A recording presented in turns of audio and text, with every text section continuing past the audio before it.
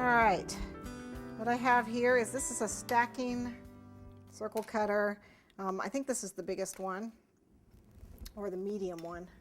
It's whatever size is going to fit for your, it's going to be just slightly bigger than what you rolled. So if you make a bigger spool, you need a bigger, or a smaller spool, you need a, I mean, the spools come in all different sizes. But you're going to need two of them, one for the top and one for the bottom. Okay. We need to actually set those aside and let them dry, but one of them has to have a hole, because the spools are supposed to have a hole in them so that they can sit on your sewing machine, a little knobby on your sewing machine. So make sure one of them's got a hole in them. And I actually put a hole in this also, which I didn't in the one that's drying, but I did in this one. So if you forgot, you can go ahead and put that hole in there. You're really probably not going to see it. Oops. Your tool, by the way, if your tool sticks, just pop it in. Either cornstarch or shortening. I prefer the shortening. But you can see it's going to go right here on top, if you get it in the center, and then another in the bottom so it'll look like a spool of thread. Okay. This isn't dry yet, so I'm going to set these circles aside because I have two that are already done. Okay, and what we can do now is we can actually paint this. It's half gold and half blue, and then write on it. But I'm gonna leave mine. I am going to just write coats on here.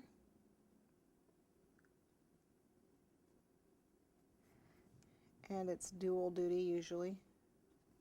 And I have really bad writing. But since this actually belongs to a mouse, it's all-purpose. If I want to later, I can color it. But you get the general idea of we can make it look just like this. I'm just not going to spend the time doing that. And what I want to do is glue it on. You can use water, or you can use gum glue, which is just gum arabic and water, or you can do just thin down some fondant, make it watery. But I'm just going to put this on just like so. I didn't cut these exactly even. Make sure the seam is at the back. A little bit of time to turn it around. And that, so far, is what my thread is going to look like. If you have a thimble, you can make a mold like we did with the putty. I did not have a thimble, believe it or not. I don't own one.